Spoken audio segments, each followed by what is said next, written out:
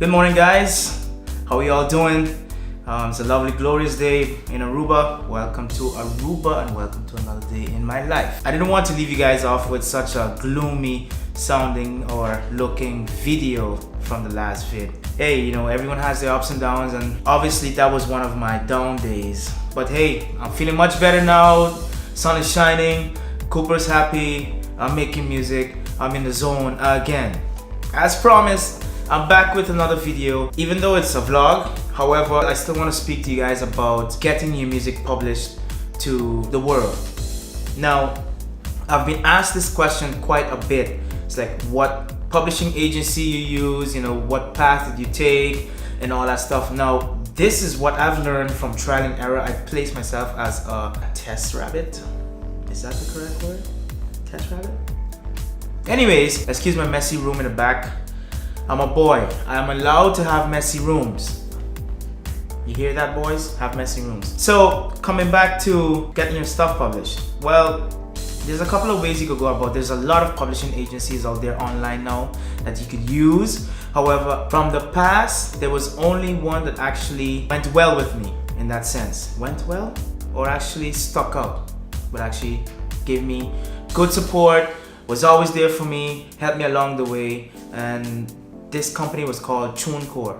Perhaps some of you are using it already, perhaps some of you are not. I know some of you out there are actually using like CD Baby, etc, etc, but I personally like Tunecore from back then when I first published my first single with Mario. So Tunecore would actually take your song and actually publish it to any online store that actually, like for instance iTunes, Amazon, I do believe even online radios and even Spotify. They would actually get your song out there to all these online stores, and even the fact that if you wanted to monetize your YouTube with the song, that is also possible with these guys. Now, I will include some link down in the description box that you guys can go and check out for yourself. I do highly recommend that you do some research. I'm not saying that Tunecore is the best out there, I'm just saying it worked for me back then. I'm not saying that I'm not using it anymore. I am busy with other things at the moment, and I'm not that busy as publishing personal music for like personal stuff, like EPs, albums.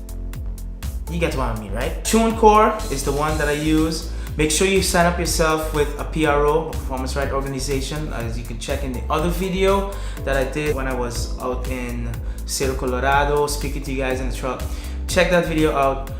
Also, I recommend ASCAP because it was less of a headache. You send them the money, you call them up, they give you this authorization code, and boom, you're set for life. So they would actually go out there and collect all of that performance rights money for you.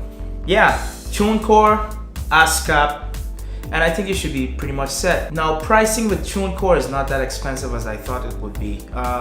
Back then it was like $4 to $5. I think maybe it's about that same range again for a single.